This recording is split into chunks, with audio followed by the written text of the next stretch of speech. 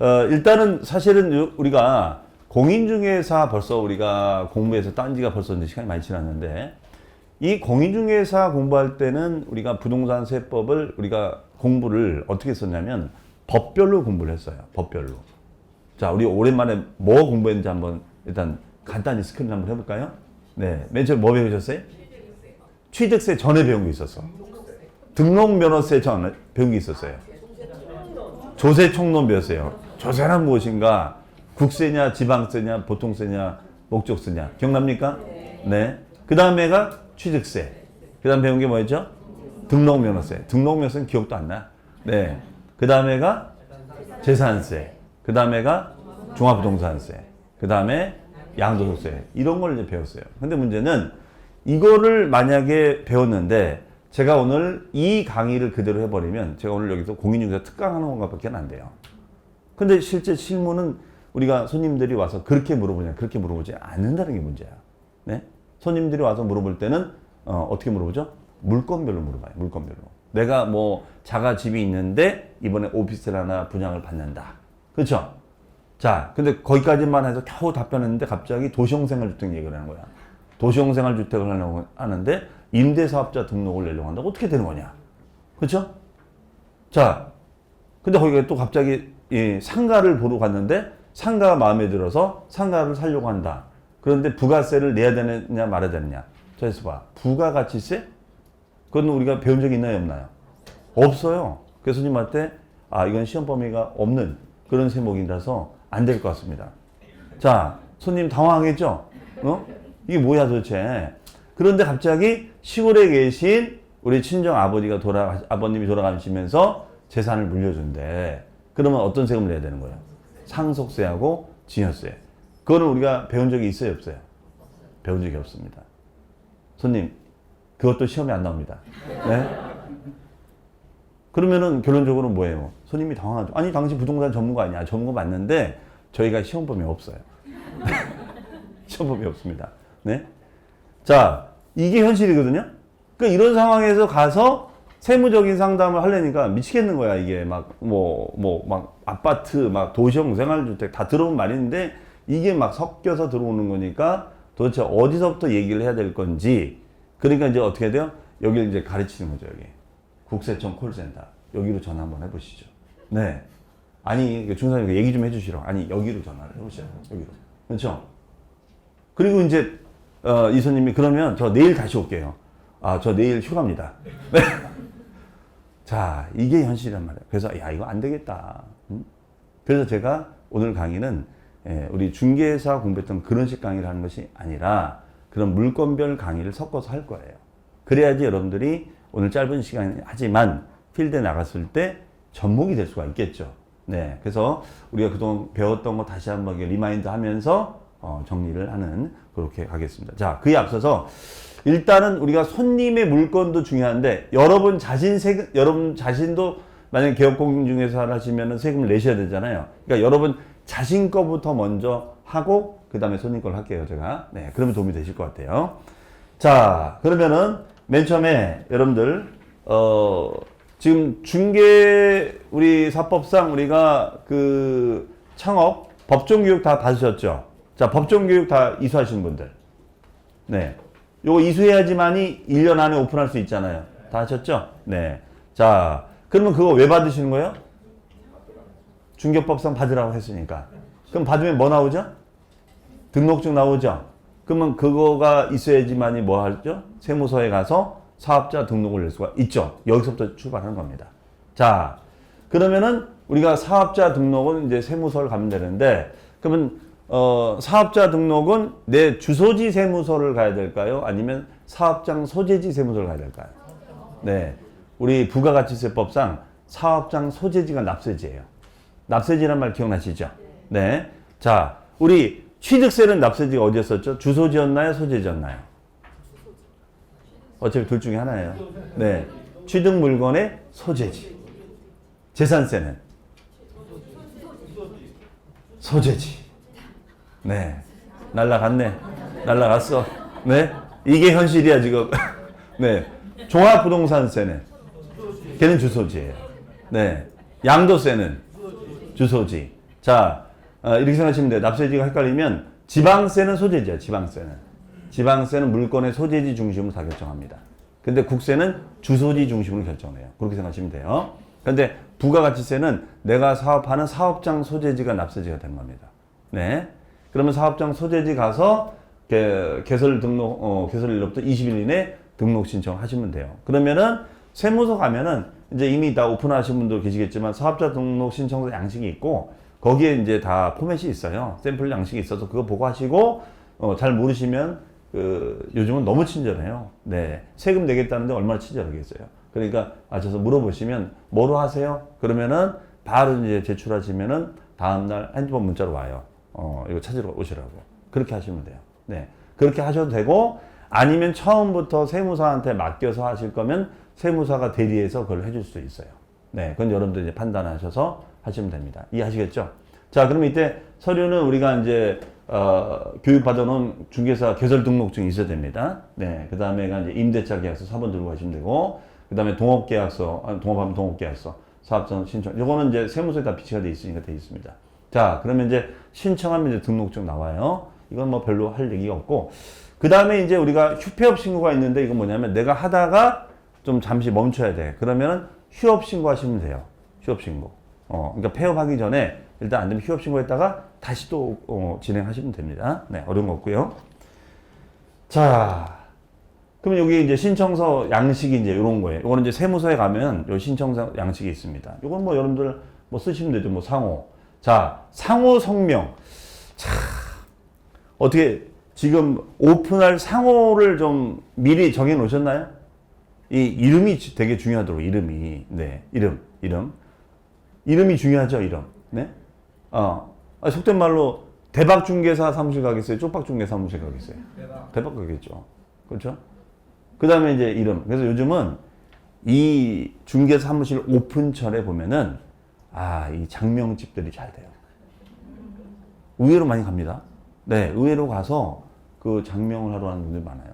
그 다음에 요즘은 자기 이름이 마음에 안 들면 개명하기가 옛날보다는 쉽다라고 하더라고요. 네, 그래서 특히 이제 여성분들은 아무래도 자, 이름을 뭐 김태희로 바꾸고 싶다.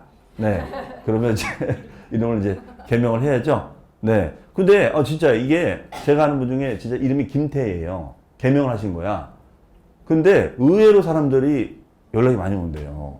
네, 김태희 이름이 김태희 씨 이렇게. 네, 그리고 이제 카톡 보고 연락을 안 오는 경우도 있는데 어쨌든 네, 일단 이름이 홍보 효과가 있긴 있는 것 같아. 네, 그러니까 이 이름을 좀 잘 주실 필요가 있을 것 같아요. 마음에 안 드시면 이름 다 있으시죠? 네. 자, 그다음에 이제 뭐 나머지 주민번호, 뭐 사업장 소재지 여기 이제 납세지가 되는 겁니다. 그럼 업태 종목 쓰시면 되고 우리가 보통 업종이라고 하죠. 네, 이거는 이제 여러분들이 임대차 계약서 가지고 가서 이제 쓰시면 됩니다. 자, 그 다음에 이제 여기서부터가 이제 진짜인데, 이 부가가치세를 우리가 배운 적이 한 번도 없어요. 유일하게 기억하는 것은 부가가치세 세율은 몇 프로다? 10%다. 그건 기억하시죠? 10%다. 자, 그럼 제가 좀 기본적인 설명을 드릴게요. 우리 이 부가가치세에서 부가가치라는 게 뭐냐? 참 많이 쓰죠? 부가가치세. 또는 우리가 뭐라고 하죠? VAT. 이런 말 많이 써요. 네? 자, 제가 이거 미리 말씀드리면 손님 중에 별의별 거 물어보는 사람이 있어. 어떤 손님은 주사님, VAT가 뭐의 약자예요? 이거 물어보는 사람도 있어요. 네? 당황스럽지. 그렇죠? 네? 자, 부가가치라는 말은 이걸 직역하면 더해진 가치다. 이렇게 얘기하는데, 쉽게 말씀드리면 이거는 뭐냐면 거래 마진이에요. 거래 마진. 마진이 뭔지 아시죠? 네, 거래 마진. 그러면 마진을 남기려면 여러분들 어떻게 되죠? 물건을 사서 물건을 팔아야 되는 거잖아요. 그렇죠? 이런 거를 우리는 이제 매입이라고 하죠. 매입. 물건을 사서 요걸 매출 파는 거예요. 그러면 요게 비용이고 요게 이제 수익이 되는 거죠, 이게. 요게 바로 거래 마진이죠. 그렇죠? 간단하잖아요. 그러면 만약에 이 부동산을 1억 주고 샀는데 2억에 팔았다. 그럼 이 부동산의 거래 마진은 얼마죠? 1억이 되는 거잖아요. 그럼 1억에 대해서 10%면 얼마죠? 1,000만 원. 네, 이게 부가치세예요. 네. 그러면 이때 이 V는 뭐냐면 value라는 뜻입니다. value, added, 더해진, tax. 네. 그래서 더해진 가치라는 뜻이거든요. 그래서 우리가 VAT 이렇게 얘기하는 거거든요. 네. 그래서 value added tax, VAT 얘기하는데, 그런데 실제로 우리가 부가가치세 계산할 때는 여기 본 것처럼 어떻게 됩니까? 네. 우리가 물건을 매입해오면, 요 매입했을 때 10% 붙이죠? 네. 요때 세금계산서 발행하죠? 그렇죠? 자, 그러면 자, 물어볼게요. 세금계산서는 누가 발행하는 겁니까? 물건을 판매하는 사람이 발행합니까? 물건을 사는 사람이 발행합니까? 그렇죠. 판매자. 항상 공급자라고 하는데 판매자가 세금계산서 발행의 주체가 되는 거예요.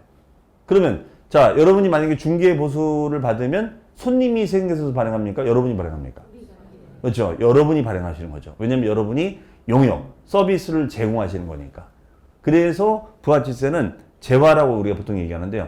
재화를 공급하거나 물건을 팔거나 서비스를 제공하는 사업자가 세금계산서를 발행하도록 되어 있습니다. 이해하시겠죠? 그건 까먹지 마시고요. 그러면은 이거는 이제 우리가 물건을 매입하는 사람이 우리가 부가세를 부담하는 거죠. 즉, 그럼 만약에 상가를 분양받았다, 오피를 분양받았다, 그러면 부가세 내잖아요. 그렇죠? 그러면 그 수분양자가 부가세를 부담하죠? 네? 그럼 세금계산서 발행은 누가 하는 거죠? 그 분양대행사가 발행해 주는 거죠. 이해되시겠죠? 네, 요 얘기예요. 그 다음에 이제 우리가 판매라면은 요때도 부가세가 발생되죠. 그래서 요 매출세금에서 매입세금을 빼서 차액을 납부하는 제도예요. 네, 요게 부가치세입니다. 그런데 간이과세자란 말 들어보셨죠? 간이과세자. 자, 간이과세자. 이제 나오겠습니다만, 그러면 간이과세자는 계산 구조가 전혀 달라요. 아마 요거 요거는 많이 보셨을 텐데, 요거는 처음 보신 분들 많이 계실 거예요. 간이과세자. 자, 간이라는 것은 그대로 직역해서 말씀드리면 간편하게 신고하는 사업자를 간이사업자라고 합니다. 네, 이걸 간이사업자라고 그래요. 간이사업자. 그러면 간이사업자인지 일반 사업자 구분 기준이 뭘까요? 그거는 매출이에요. 매출. 매출 차이가 간이는 얼마 기준일까? 얼마? 5천만 원? 이제 막 날리는 거예요? 2,500? 지금 뭐 경배 붙여요? 네. 8,000. 이게 원래는 4,800이었었어요. 4,800이었다가 코로나 때문에 8,000원 늘린 거야. 그래서 지금은 요 1년치 요 공급대가 영순 발행액이 8천만 원 미만인 개인 사업자. 이 사업자를 간이사업자라고 그래요. 그러면 여러분들께서는 이제 사업자 등록을 내시면 보통 간이사업자 등록을 낼까요? 일반 사업자를 낼까요? 간이사업자. 그렇죠? 왜?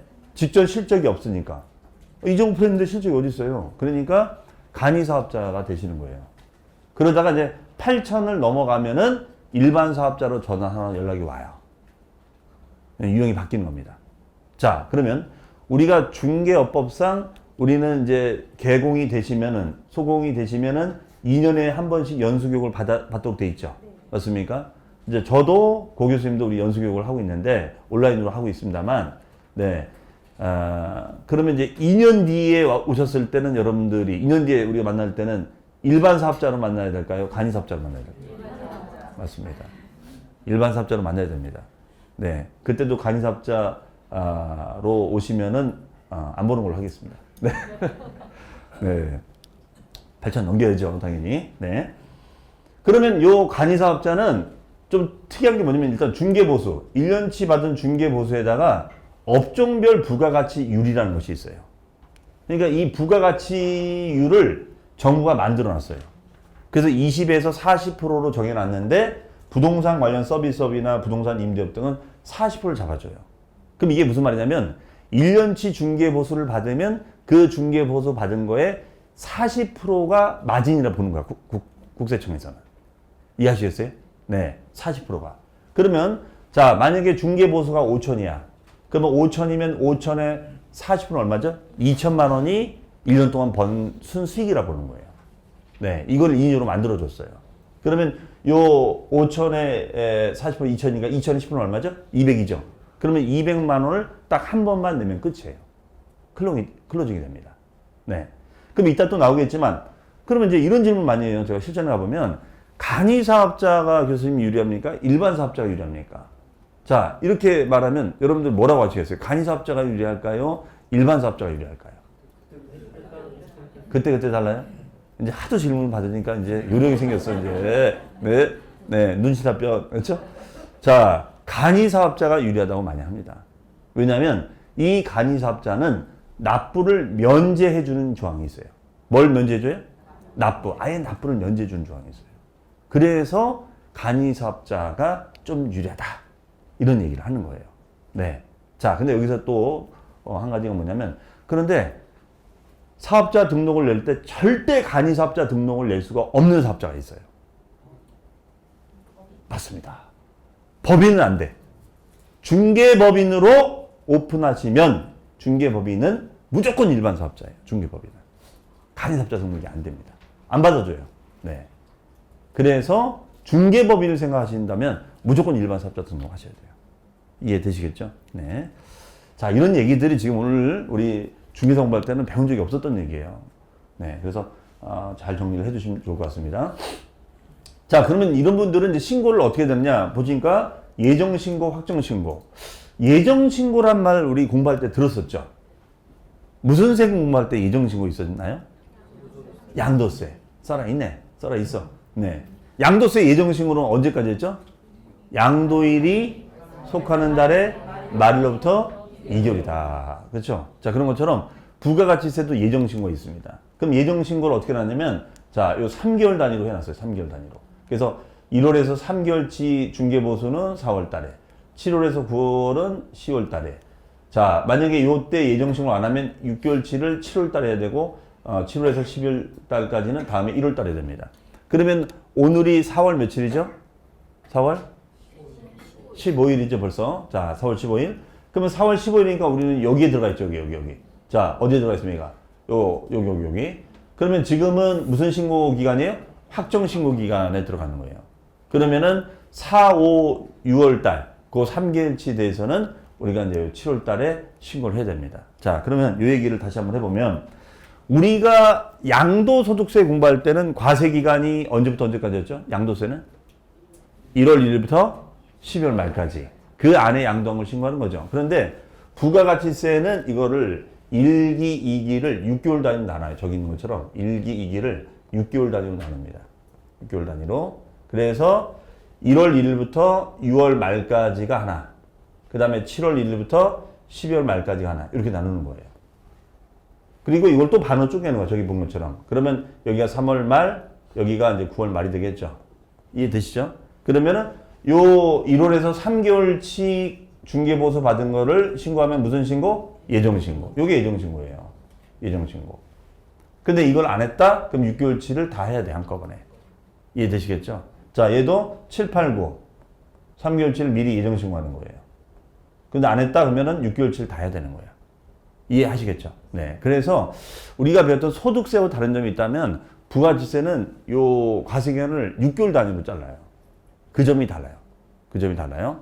그런데 여기는 간이사업자는 1월 1일부터 12월 중개보수 받은 거에 대해서 딱 한 번만, 그냥 1년치를 딱 한 번만, 그 다음에 1월 25일까지만 신고를 마치면 돼요. 그러니까 간이가 훨씬 더 좋지. 간이는 딱 한 번만 하면 되는 거니까. 네. 그러면 교수님, 그러면은 우리가 중개법인이든 개업공인중개사든 그러면 부가세 신고를 1기에 예정신고, 확정신고, 4번 다 해야 됩니까? 그렇진 않아요. 자, 이걸 정리해 드리면은 그렇진 않고, 자, 우리가 중개할 때는 의외로 사업자 유형이 되게 중요해요. 사업자 유형이. 네, 사업자 유형이. 그러면, 자, 우리 사업자 중에는 과세 사업자하고 면세 사업자가 있어요. 면세. 이게 굉장히 중요한 겁니다. 네. 그럼 면세니까 부가가치세가 있는 거예요, 없는 거예요? 없는 거예요. 그렇죠? 자, 그러면 이따 나오겠지만 물어볼게요.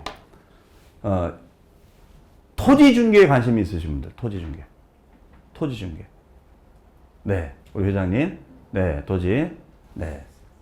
우리 디벨로퍼 하려면 토지 아셔야 됩니다. 상가. 나는 상가를 해보고 싶다, 상가. 네. 한번 공시를 겪어봐야지 정신을 차리겠어요? 네? 우리 최현주 교수님, 물론 강의 들으셨겠지만, 어쨌든 내 관심이 있는 거니까. 네.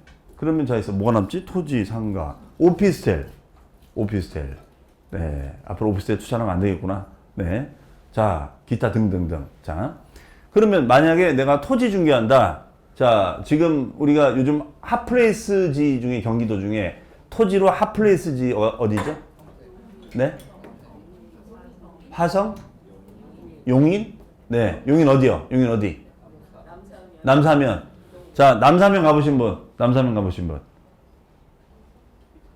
우리 4개월 동안 지금 뭘 한 거예요, 도대체? 네?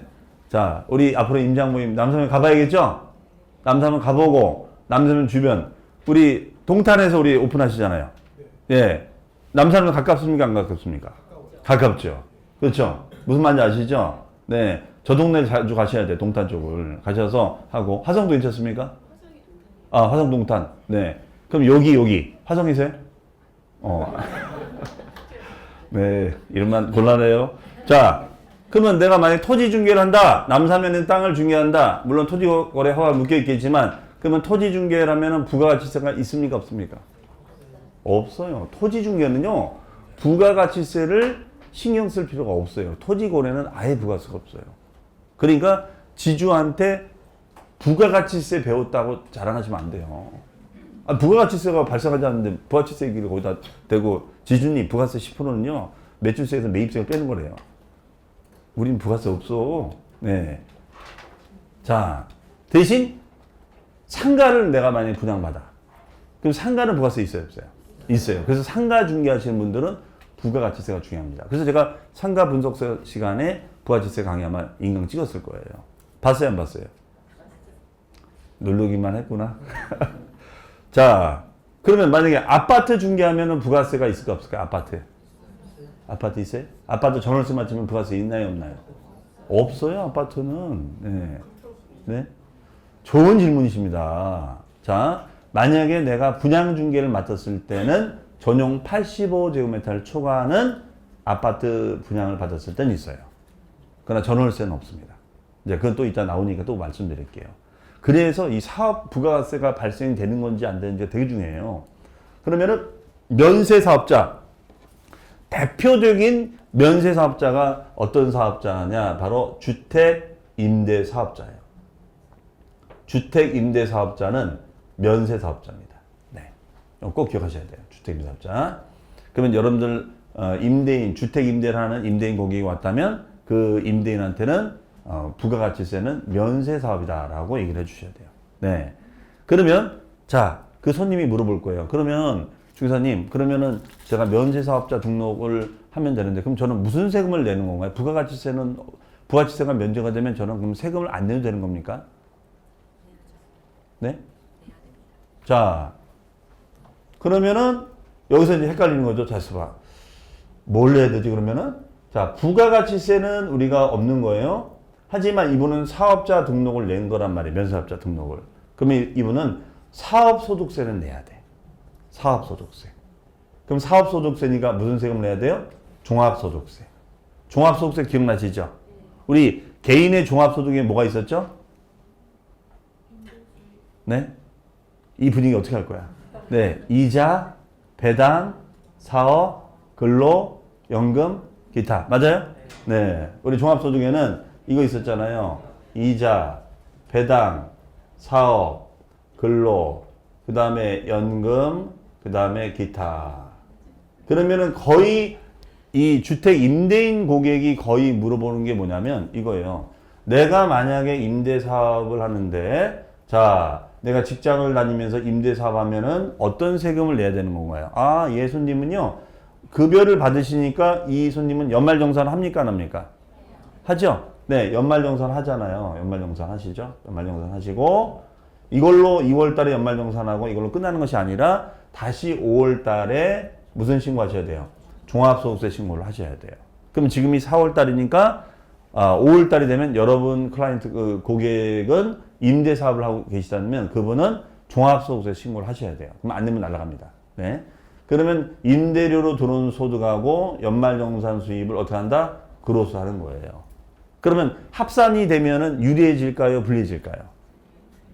자, 우리가 그런 말 있잖아요. 옛말에 뭉치면 살고 흩어지면 죽는다. 세법은 뭉치면 죽어요. 네. 뭉치면 눈덩이. 네. 그래서 얘는 소득세 세율이 6에서 몇 프로였죠? 45%였죠. 누진세였죠. 누진세. 그러니까 누진 효과를 맞을 수 있기 때문에 이 소득이 많아버리면 된다. 그렇죠? 그러면 이제 이 손님이 물어보죠. 그러면 저는 어떻게 해야 되나요? 그거야 손님이 알아서 하셔야지 뭐 저보다 어떻게 합니까? 자, 그러니까 절세를 물어보는 거잖아요. 그러면 이거를 이게 합산이 되면 제가 세금이 많아진다. 그러니까 보통 우리가 누구 명의로 많이 합니까? 이 경우에는 배우자 명의나 기타 가족 명의로 하죠. 왜냐하면 소득세는 세대별 합산이다, 인별 합산이다. 인별로 따지니까 인별로 따지는 거니까 인별로 따지니까 그러면 이거를 가족분한테 증여를 하시면 어떨까요? 이런 얘기가 나올 수 있는 거죠. 그렇죠? 증여를 하시면 어떨까요?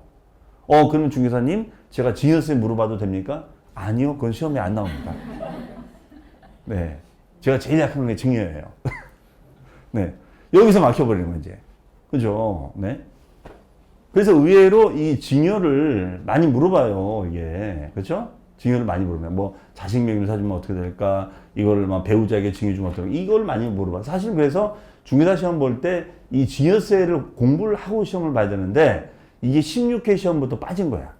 상속 증여세와 부가가치세를 16회 시험부터 뺀 거예요. 그래서 우리가 이 시험을 안 보고 합격을 했기 때문에 이 파트가 나오면은 이제 완전히 잼뱅이가 되는 거예요.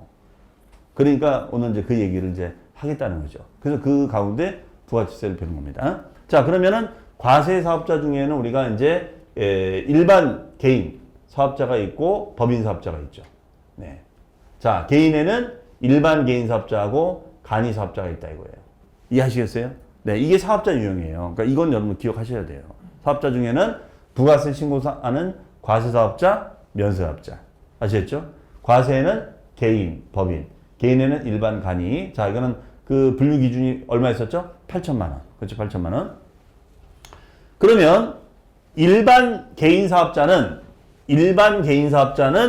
부가가치세 신고를 1년에 여기처럼 4번 다 해야 되느냐? 아니요. 얘는 1년에 한 번.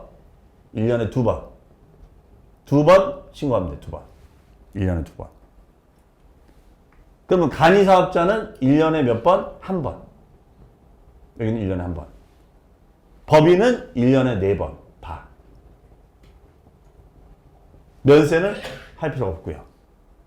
이해하시겠어요? 자, 그러면은 법인 사업자는 1년에 4번이니까 어떻게 돼요? 예정신고 2번, 확정신고 2번. 맞죠? 자, 간이 사업자는 1년에 한 번만 하면 돼요. 그럼 한 번이니까 어떻게 되는 거죠? 1월 1일부터 12월 말 전체 1년치 거에 대해서 다음에 1월 25일까지 한 번만 딱 하면 돼요. 그러면 클로징이 되는 겁니다.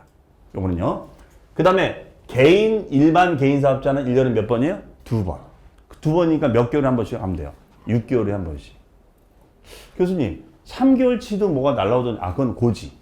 요 일반 개인 사업자는 3개월 분에 대해서는 실적이 있으면 고지서가 날라와요. 그럼 그대로 갖다 내시면 되고, 대신 본인 신고는 1년에 2번만 하시면 돼요. 2번. 네, 2번. 자, 그러면은, 여기서 이제 한 가지가 뭐냐면, 이런 질문을 하신단 말이에요. 교수님, 그럼 이걸 세무사 사무실에 제가 이 사업자 등록을 내서 처음부터 내가 세무사한테 맡기고 하는 게 좋을까요? 아니면 제가 나홀로 한번 신고를 해보는 게 좋을까요? 자, 그렇게 이제 물어보시는데, 일단 제 생각은 그렇습니다. 일단은 처음에 자리를 잡으려면 좀 매출이 나와야 되잖아요. 그 전까지는 뭐 거래가 많지는 않을 거기 때문에 일단은 여러분이 한번 해보세요. 한번 자충우돌 하더라도 한번 해보시라고. 그러면은 이 부가가치세 신고를 여러분들이 나홀로 신고하시려면은 어떻게 하시면 좋을까요? 첫 번째, 세무서를 직접 방문한다. 맞습니다. 두 번째, 홈택스. 그렇죠? 자, 그래서 보통은 우리가 국세는 홈택스. 그 다음에 지방세는 무슨 텍스? 위택스. 이거 기억하셔야 돼요. 네. 그 다음에 임대사업자에 대한 것은 무슨 텍스? 이건 렌트홈. 무슨 홈이요? 렌트홈. 예, 렌트홈 사이트를 들어가시면 돼요. 요거는 기억하셔야 돼. 요 사이트를 들어가셔서 여러분들이 공인인증 해가지고 한번 해보세요. 네, 한번. 그럼 한번 해보면 그렇게 어렵진 않아요. 이게. 예. 그리고 좀 매출이 나오면 세무사분을 이제 선임을 해서 하시면 좋아. 자, 근데 그 세무사 관련해서 좀 말씀드리면, 뭐 제 주변에도 이제 세무 기장하는 부동산 전문 세무사들이 많이 계시지만, 일단은 그런 것 같아요. 모든 일은 다 마찬가지지만 우리가 이제 일을 하는 거잖아요. 그러면 이제 여러분들이 보통 뭐 여러분이 아는 친한 뭐 이런 분들한테 이제 의뢰를 하기도 합니다. 그런데 이 부동산 관련 이 세금 쪽 파트가 알다시피 일반 세무하고는 좀 달라요. 즉 부동산과 세금이 이게 결합되다 보니까 이게 간단하지가 않은 거예요. 그러니까 보통 세무사나 회계사분들이 법인세, 소득세, 부가세는 다 잘 하세요. 잘 하시는데 이 부동산 세금만은 예외야. 이게 부동산 지식이 있어야 돼, 세무사도. 그래야지 이걸 갖다가 얘기해 줄 수 있거든요. 그러니까 이게 무슨 말이냐면, 자, 이런 게 있어요. 우리가 농지를, 우리가 배운 것 중에 농지를 교환했다. 농지를 교환했다. 그러면 농지를 교환하면은 양도세를 낼까요? 안 낼까요? 네? 어차피 둘 중에 하나죠? 네. 양도세를 안 냅니다. 네. 안 내요. 네. 이럴 줄 알았어요. 네. 그러면 이때 교환 거래는 원래 양도로 보지만 안 낸단 말이야. 대신 교환 차이가 큰 편의 4분의 1 이하가 된다. 이런 조항이 있었거든요. 그래서 이걸 갖다가 이제 일반 세무사분한테 얘기하면, 이거 비과세입니다. 라고 이제 얘기한단 말이에요. 그렇죠? 그런데, 이 농지가 상업지역으로 편입이 됐대요. 편입이 됐대요. 근데 편입된 지 3년이 지났대요. 그럼 비과세가 안 돼요. 그러면 상업지역에 편입이 됐다는 말은 우리는 알잖아요. 편입이 됐다는 것은 뭐예요? 개발지로 바뀌었다는 거잖아요. 그렇죠? 그러면 대박 난 거죠? 네? 그러니까 이거는 농지가 아니라 개발지로 보는 거예요. 개발지로. 그래서 비과세가 안 되는 거예요. 근데 이 개념 자체를 잘 모른단 말이에요. 일반 세무사분들이. 즉 부동산 공법 공부를 안 하다 보니까 헷갈리는 거야, 이게. 그래서 이런 부동산 세금에 대한 기장이나 이런 상담 어떤 도움을 받으려면 여러분이 관련된 세무사나 그쪽 사무실을 몇 군데 가보세요. 해서 정말 여러분 코드가 맞고 또 그걸 좀 알고 있는지, 그리고 이왕이면 세무사 중에 중개사 자격증 갖고 있으면 더 좋고요. 그러면 아무래도 기본적인 부동산 공부가 되어 있기 때문에 그런 분들이 상담을 잘 해주시고 또 하신단 말이에요. 그러니까 여러분이 이제 오픈하고자 하는 지역에 그런 세무사가 있으면 그렇게 하시고, 그래도 못 찾겠다라고 한다면 뭐 저한테 연락 주시면 제 주변인 분들도 그런 분들이니까 또 소개를 해드릴 수도 있고, 그렇게 해서 좀 객관적으로 일을 할 수 있는 그런 분들을 찾는 게 좋겠다라고 말씀드려요. 그러니까 만약에 이런 부동산 쪽이 아니라면은 그냥 여러분이 알고 있는 아무 세무사, 뭐 지인 세무사들한테 하면 돼요. 근데 그분들이 만약에 부동산에 대해서 일을 안 해봤다면 아마 잘 매칭이 안 될 거예요. 그래서 오죽하면 뭐 세무사들도 양도세를 포기했다, 이렇게 얘기를 하지 않겠어요? 힘든 거야, 이게. 차라리 제가 다른 일 하는 거지. 그렇죠? 자, 그런 말씀을 드리고요. 하지만 일단은 여러분이 한번 이런 홈택스를 통해서 한번 눌러보자. 그렇죠? 자, 이런 얘기예요. 자, 눌러보셨군요. 지금 소리 나는 거 보니까. 자, 그 다음에가 이제 여기 보시면 이제 복식부기. 네, 복식부기입니다. 복식부기 신고 의무자, 단순 경비를 추계 신고자, 기준 경비를. 갑자기 이제 머리 아파지려고 그래요. 이건 또 도대체 뭐냐, 이거는. 자, 이 얘기예요. 자, 우리 중개사는 우리가 개공이 되면, 개공이 되면 우리는 이제 사업자 등록을 내면은 이제 사업을 시작하는 겁니다. 자, 그리고 이제 중개 행위를 통해서 중개 보수를 받게 되면 요게 이제 수입이 되는 거죠. 그러면 이걸 이제 신고할 때 우리는 평상시 아까 일반 개인 사업자는 1년에 몇 번 신고한다? 부가세 신고를 2번. 간이 사업자는 1번. 법인 사업자는 4번. 그렇죠? 이렇게 한다. 그렇죠? 면세 사업자는 몇 번? 없다. 대신 소득세 신고는 해야 된다. 그렇죠? 그러면 이제 부가가치세 신고하시면 되고, VAT 신고. 그 다음에 두 번째가 1년에 딱 한 번. 1년에 딱 한 번 무슨 신고 하시는 거예요? 종합소득세 신고를 하는 거예요. 종합소득세. 종합소득세.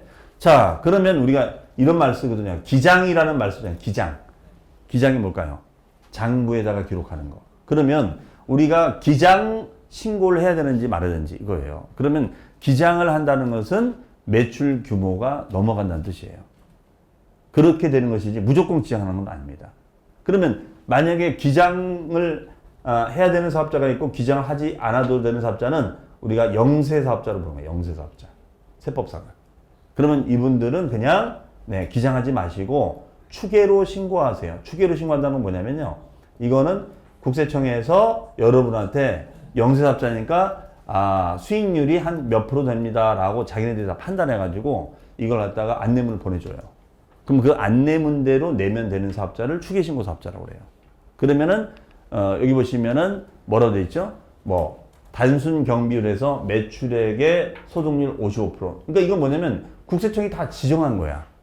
그러면 전체 매출액 대비 55%가 소득이다 이렇게 보는 거예요. 뭐 비용 다 제하고. 네, 이걸 정부가 다 만들어 놓은 거예요. 그래서 그 기준이 4,800만 원 이상인자가 됐을 때는 우리가 주요 경비, 매입 비용, 인건비, 임대료는 실제 비용으로 해주고 나머지는 그냥 수익 금액의 20%를 잡아주겠습니다. 이대로 신고하세요라는 사업자가 추기신고 사업자예요.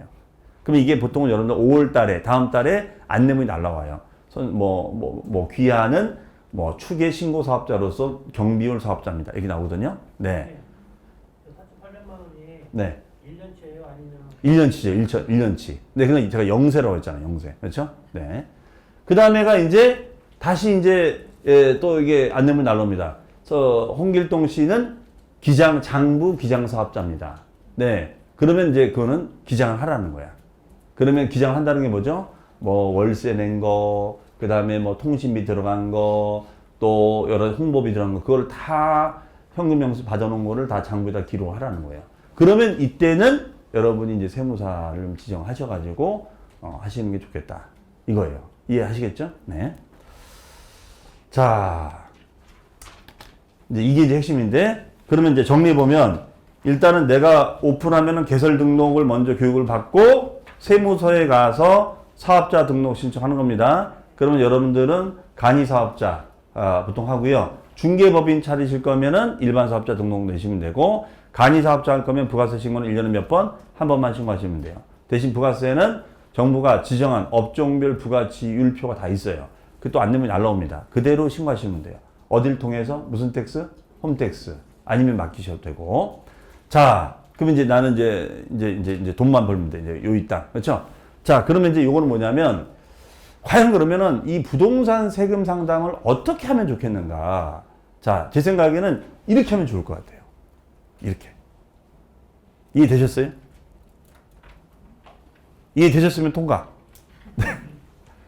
자, 이렇게 하면 제일 좋을 것 같아요. 첫 번째. 요 1, 2, 3, 4, 5에 보니까 빨간 색깔 칠한 게 1번이죠. 왜 제가 빨간 색깔 칠했을까요? 제가 좋아해요. 네. 자, 좋아하기도 하지만 중요한. 이게 제일 중요해. 이게 안 되기 때문에, 이거를 제대로 안 하시기 때문에 헷갈리는 거예요, 이게. 일단, 손님 물건 파악이 매우 중요합니다. 물건의 종류라든가 특히 세대원의 물건이 있는지 없는지. 네? 이 세대원의 물건을 잘못 파악을 해서 실수하는 경우가 많아요. 한번 예를 들어드리면, 제가 이제 중개사 강의할 텐데, 이분이 무슨 건설 현장 소장님 하다가 그만두고 이제 중개사 공부를 하러 오신 거예요. 근데 어느 날 갑자기 야간 수업을 하는데 뭐 전화가 막 몇 통화 온 거예요. 그래가지고 전화를 받아봤더니 자기가 양도세가 비과세, 분명히 세무사한테 상담해서 양도세 비과세인 줄 알고 다 해놨는데 갑자기 양도세가 1,600만 원 날라왔다는 거예요. 고지서가. 이게 도대체 왜 그런 건지 모르겠다는 거예요. 이게. 그래서 제가 물어봤죠. 그러면 선생님 집이, 자, 가장 중요한 건 주택은 주택수입니다. 그러면 주택수가 한 채가 돼야 돼? 비과세 받으면 두 채가 돼야 돼요? 일단 한 채가 돼야 되죠. 그럼 자기가 목동의 아파트 한 채라는 거야. 그 다음에 이제 물어볼 게 뭘까요? 고가인지 아닌지를 물어봐야 돼. 왜? 고가는 비과세가 안 되니까. 그렇죠? 근데 그 당시에, 지금은 12억으로 개정됐지만 그 당시에 9억이었단 말이야. 9억을 넘지 않았어. 오케이. 그래서 세무사한테도 그렇게 얘기를 했던 세무사분이 당연히 비과세입니다. 걱정 마세요. 하고 그래서 신고를 안 한 거야. 앞을 봤더니 자기 딸 이름으로 오피스텔을 사준 게 있었던 거예요, 인천에. 근데 그 오피스텔이 업무용이었을까요? 주거였을까요? 주거였던 거야. 그 얘기를 세무사 때 얘기를 안 한 거예요. 그리고 이분 스스로가 오피스텔, 자, 오피스텔을 이게 헷갈리는 게 뭐냐면 분양을 받으면 오피는 업무용으로 등기납니까? 주거로 등기납니까? 업무용으로 등기나거든요. 그러니까 업무용으로 등기났으니까 자기 생각에는 이건 주택이 아니라고 생각하고 세무사 때 그 얘기를 안 했던 거예요. 그럼 세무사는 당연히 집이 한 채라고 했으니까 이거는 당연히 비과세라고 얘기했던 거죠. 그래서 그 오피 때문에 다주택이 돼서 양도세를 1,600만 원 내게 된 거예요. 바로 이런 거예요, 이런 거. 그래서 뭐 다른 것도 제일 중요하지만 제일 중요한 건 저 손님의 물건. 손님의 물건 현황이 뭐냐. 그러면 대부분 손님들이 이렇거든요. 자기 주관적인 판단에서만 물건을 얘기하다 보니까 자기 것만 얘기를 해요. 그래서 여러분들이 꼭 이 손님한테 손님이 어떤 물건을 소유하고 계신지를 꼭 확인해 봐야 돼. 근데 이게 제가 볼 때 일석이조 효과가 있어. 첫 번째는 뭐냐면 일단 이분이 물건이 본인 거하고 그 다음에 세대원의 물건이 뭐가 있는지를 이제 보는 거지. 그럼 만약에 아파트 한 채 세대원의 물건이 상가 하나, 네. 그러면 오피스텔 하나. 그러면 이분은 1세대 다주택일까요? 1세대 1주택일까요? 1세대 1주택일 수도 있고 다주택일 수도 있지. 왜냐하면 상가는 주택이 아니지만 오피스텔은 주거로 쓰면 주택이잖아. 그러면 다주택이 되면 비과세가 안 되는 거예요. 이해되시겠죠? 자, 이렇게 일단은 손님의 물건을 먼저 파악하는 이 매물장 작성을 먼저 잘 하셔야 돼요. 그렇죠? 그럼 제가 중개한다면 저는 이제 그와 동시에, 손님이 이걸, 손님한테, 이제 이분이 그러죠. 아니, 세대원고까지 얘기했던, 제가 이거 세금 얘기해 주려면 말씀해 주셔야 됩니다. 했더니, 아파트, 상가, 오피, 이제 고구마 줄기처럼 나오는 거야. 그럼 이 손님은 상가도 있고 오피도 있네? 그렇죠? 그럼 지번이 어떻게 되시나요? 지번이 어떻게 되나요? 지번은 왜요? 이게 세금이 절세를 내려면 제가 이거 다 봐야 되거든요. 그래요? 지번 오픈. 그렇죠? 네. 그러면 상가, 이제 디스코, 상가 플랜이 들어가가지고 이제 딱 보는 거지. 괜찮아. 그렇죠? 이제 물건 따야지. 그렇죠? 작업해야죠? 무슨 말인지 아시겠어요? 그러니까 오히려 세금 상담을 해주는 걸 얘기를 통해서 물건 얘기하기 더 좋은 거예요, 사실은. 그러면 손님들 입장에서는 큰 의심 안 해요. 이거 왜 물어보시면, 이게 다주택이 돼버리면 이거 세금 많이 나온다. 그러니까 손님 물건이 어떻게 되는지를 좀 얘기를 해달라고. 그랬더니 또 나와. 사실은요, 저희 시골 아버님께서 이번에 평택에 아파트를 하나 또 갖고 계세요. 네. 그럼 뭐야, 다주택이잖아. 그렇죠? 그럼 여기서 이제 세대 분리가 됐는지 안 됐는지 이제 이런 걸 체크해 봐야죠. 그래서 일단은 여러분이 제일 중요한 게 저거야. 손님 물건의 매물 현황을 정확하게 파악을 해서 지번까지 다 파악을 해 놓으면 제일 좋아요. 그러면 일단 해보니까 딱 이제 이걸 이제 얘기를 딱 들어보니까 야, 이거 복잡해. 다주택에다 막 5개 있어. 그렇죠? 그럼 그 자리에서 직답 안 해줘도 돼요. 어설프게 답변할 거면은 괜히 말 잘못했다가는 욕먹거든, 이게. 그렇죠? 그 다음에는 바로 건너뛰어가지고 어디로 가느냐.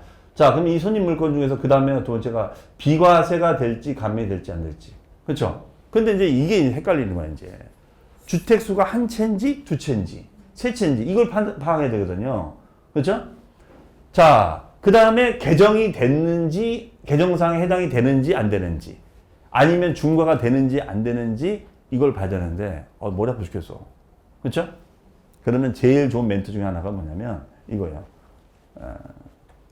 개정에 대한 얘기하고 서명 검토해요.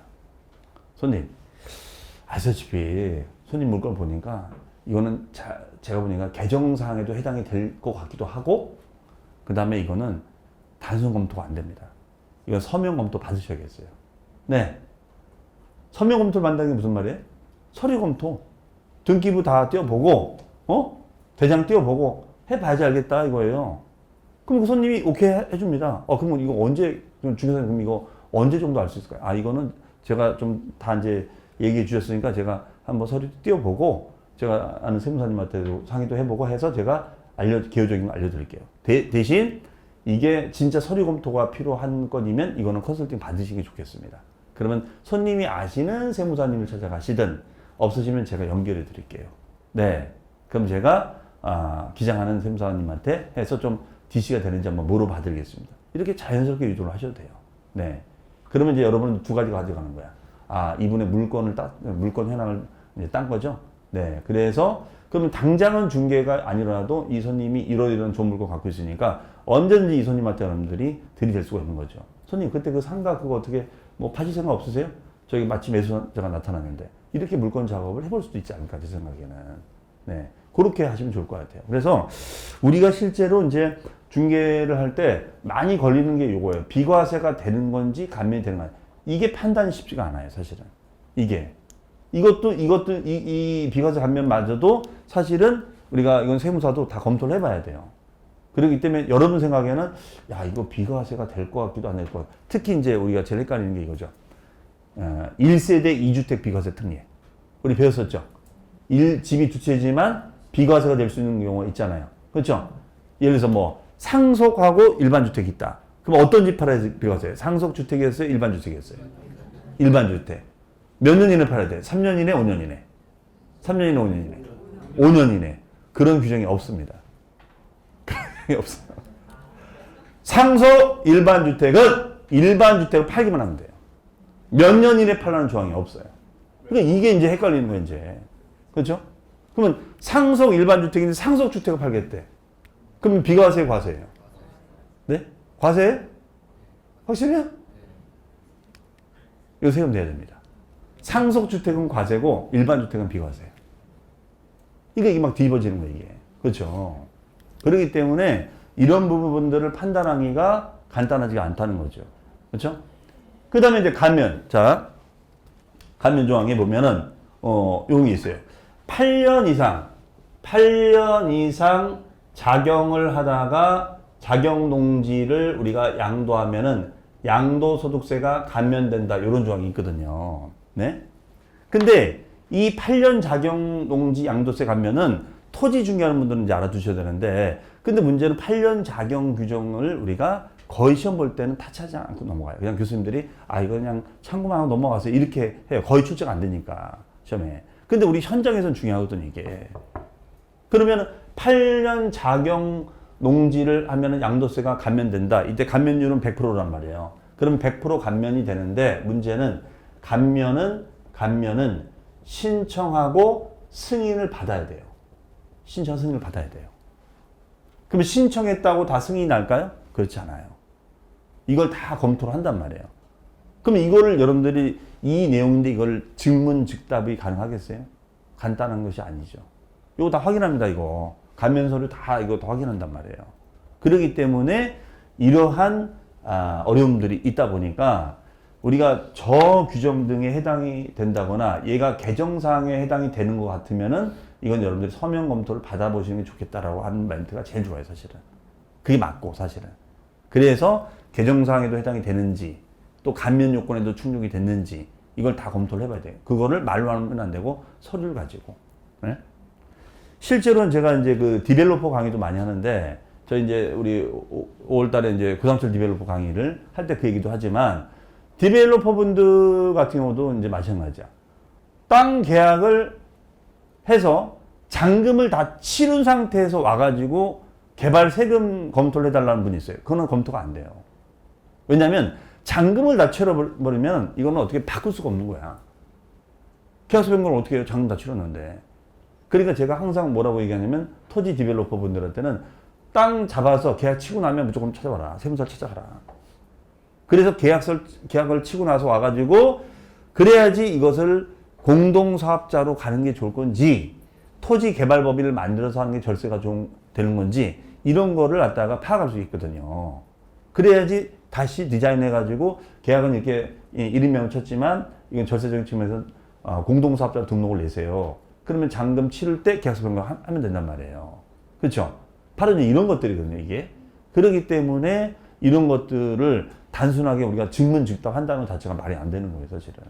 그러니까 이거는 여러분들이 손님한테 리딩을 당하시면 안 되고 리딩을 하셔야 돼요. 근데 손님들이 제일 먹히는 멘토가 뭐냐면 알다시피 손님 개정이 많이 되는 거 아시죠? 머리 아파 죽겠어요. 일단 그 멘트 먹히고. 두 번째는 이거는 단순하게 증문즉답 되는 게 아닙니다. 이거는 서면 검토를 받으셔야 할 것 같습니다. 그럼 어떻게 하는 건데요? 네. 그럼 하나 쓰시죠. 뭔데요? 컨설팅. 네? 컨설팅. 네. 제가 그냥은 못 해드리는데, 이 돈 내야 돼요? 그러면 저한테 이거 전속 주시면 제가 이거 비용 안 받고 해드릴게요. 전속 주면 내가 안 받으면 되는 거잖아. 그죠? 네? 그 정도 멘트는 할 수가 있단 말이에요, 여러분들이. 그래서 이런 세무를 가지고 리딩을 하실 때 그렇게 하는 게 제일 좋아요. 네. 안 그러고 그냥 내가 알고 있는 것을 얼핏 전달하는 수준으로 끝나버리면 그걸로 끝나. 그러니까 어떤 말이 나오느냐. 교수님, 막 이것저것 제가 최대한 답변했는데요. 손님이 연락이 없어요.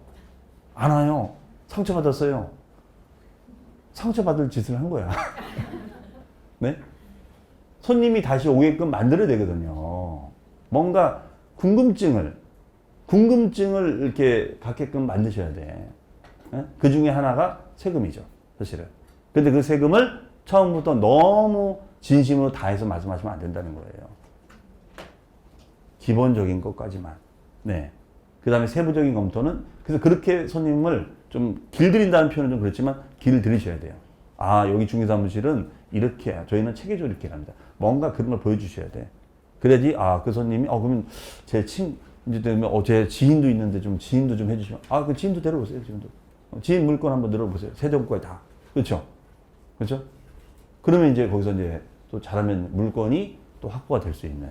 그렇죠? 그러지 않을까 생각합니다. 네. 자, 그리고 이제, 만약에 그 정도는 아니다. 그러니까 여러분들이 볼 때, 이 정도는, 상속 일반인지, 헷갈리다. 이거는 여러분들이 확인을 해보겠다. 그러면은 홈택스 사이트 들어가시면 돼요. 그럼 홈택스 사이트 들어가셔서 검색하시면 돼요. 요즘 너무 잘 돼 있어요. 네, 그러면 거기에 대한 질의응답 사례가 많기 때문에 그걸 보고 들어가셔서 하셔도 됩니다. 이해하시겠죠? 네, 충분히. 그러면은 우리 여기 이제 인터넷이 되죠? 네, 제가 한번 들어가 볼게요. 네, 요거까지만 하고 잠깐 쉬겠습니다. 자, 홈택스 사이트 한번 들어가 볼게요. 여러분 스마트폰으로 들어가셔도 되고요.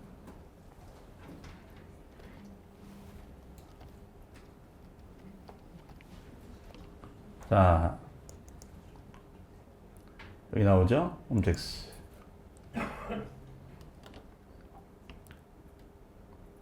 자, 이게 굉장히 이거는 잘 돼 있는데 여기 보시면은 세금 모의 계산이 있죠. 모의 계산. 자, 모의 계산. 이거는 여기 보시면은 양도세 자동 계산, 상속세 자동 계산, 연말정산, 증여세 다 돼 있어요. 네. 그래서 여러분들이 인증서 발급받으셔서 하시면 돼요. 그러면 여기 보시면 양도세 자동 계산 나오죠? 네. 여기 보시면 여기는 다 로그인이지만 얘는 또 비로그인, 바로 갈 수 있어요. 그러면 여기 계산하기 나오죠? 네. 그럼 여기다 데이터값 넣으면 자동 계산이 돼요. 그냥 클릭만 하시면 돼요. 그러니까 이건 여러분들이 한번 오늘 이후에 들어가셔서 그냥 숫자를 아무거나, 내가 잘 모를 때는 뭐죠? 그냥 막 집어넣는 거야. 막 집어넣어서 눌러보는 게 제일 좋아요. 우리가 키오스크 이제 익숙하잖아요. 막 눌렀더니 막, 그렇죠? 되잖아요. 그러니까 막 눌러보세요. 막 누르면 이제 가산세가 나와요. 네. 그러니까 막 눌러 연습하는 거예요. 연습. 그래서 하면은, 그러면 여기서 이제 가계산 해볼 수 있어요. 그래서 손님한테 이 정도가 되는데 이건 정확한 것이 아닙니다. 네. 이렇게 하시면서, 네. 그렇게 하셔도 되고, 그 다음에가, 여기 이제 또 들어가시면은, 여러분이 직접 이제 하신다. 그러면 여기에 조회 발급, 모든 서류, 뭐 현금용 쓴 거, 신용카드 쓴 거 다 조회가 가능해요. 이거 가능하고요. 그 다음에 여러분이 만약에 세무사한테 맡겼다. 그러면 세무사가 여러분을 대리하는 거거든요. 그러면 세무사는 여기 세무 대리라고 있어요. 그러면 여러분이 이제 이 위임을 주면은 이 세무사분이 이제 대신해서 여기 기장 대리라고 나오죠. 기장 대리. 이 사람들이 다 대리해서 기장을 해주는 거예요. 네. 그러니까 이 사이트를 실제 세무사 사무실 직원들도 활용해서 자기네가 다 하는 겁니다. 그리고 이제 여러분이 맡기면 그 세무사님은 기장 대리 수입 납세자 등록을 딱 해요. 그래가지고 이 데이터 가지고 이제 다 입력을 하는 겁니다. 이해하시겠죠? 네. 요 사이트가 이제 그런 거고. 그 다음에가 이제 상담. 네. 여기 뭐 인터넷 상담 있죠? 네. 인터넷 상담.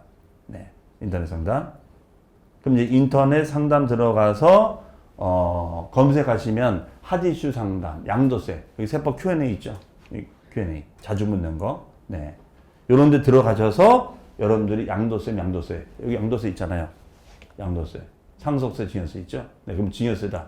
그러면 이제 나오죠? 그러면 증여세 납세 절차, 동영상 너무너무 잘 돼 있어요. 서식까지.